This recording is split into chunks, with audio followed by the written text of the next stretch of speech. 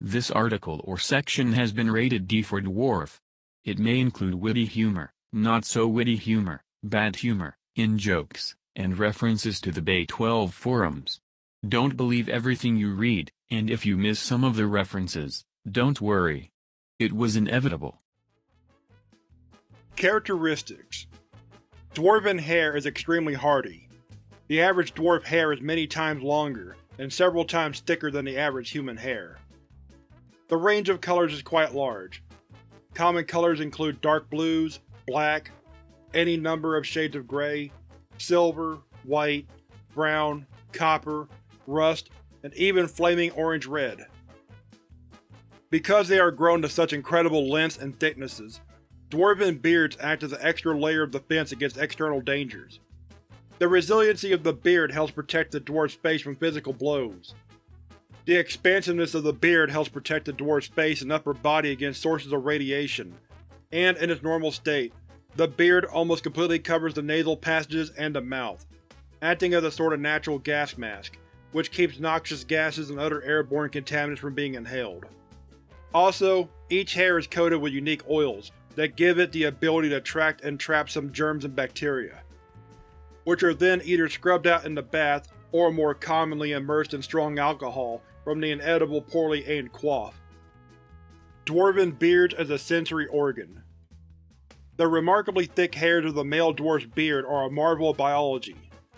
Each hair contains millions of sensory receptors of incredible diversity, including but not limited to hairs that gauge humidity and airflow, hairs highly sensitive to the presence of alcohol, air pressure sensing bad, fun decision hairs that are hooked directly to the brain's pleasure center and chemically rewards dwarves for digging deeper, and even hairs that produce more and more vitamin D the longer a dwarf spends underground, to the point where any solar contact at all results in the overload of vitamins and immediate nausea.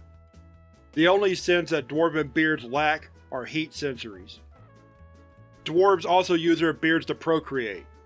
Female dwarves use their long, luxurious knuckle hairs for the same purposes. Dwarven beards as a symbiotic organism. In actuality, dwarves are not singular creatures such as humans, but are colonial organisms consisting of a single humanoid body, referred to as a dwarf for simplicity's sake here, and a colony of beard strands. Dwarves and beards have formed a symbiotic relationship over the years, to the point where neither is capable of survival without the other, similar to a Portuguese man-of-war.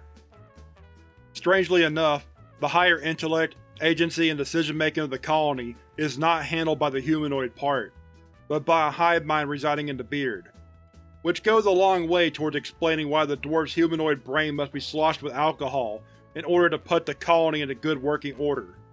For example, with the beard at the helm. While each individual beard strand is very small, much like cloud computing, together they are able to form complex thoughts. Because they are each rather simple, they tend to all get aligned on the same thought at once, leading to a dwarf deciding getting troll fur sock at all costs is the only thing worth doing right now. The body is essentially a sack of meat used to move the beard from place to place.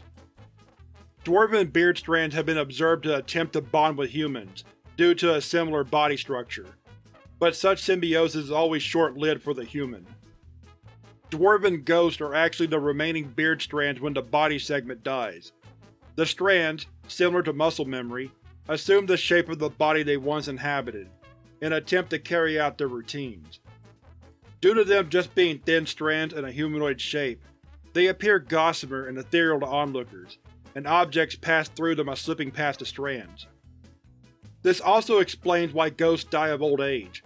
It takes a while, but eventually the strands exhaust their nutrient supply, being unable to draw from the dead host. Elven commentary on beards.